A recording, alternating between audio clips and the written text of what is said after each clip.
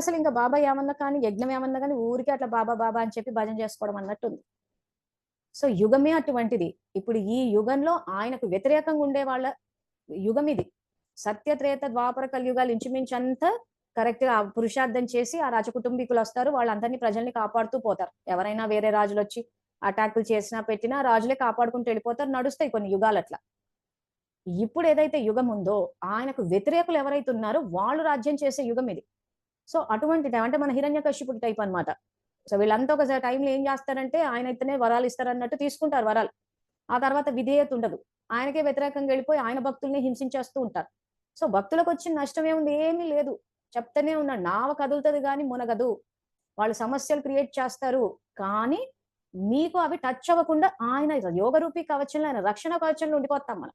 ఏమైనా దాని నుంచి బయటకొచ్చి అమ్మో! ఆళ్ళేం చేస్తారు ఈళ్ళే అని భయపడి మనం ఏమైనా గీత దాటేస్తే చెప్పలేం.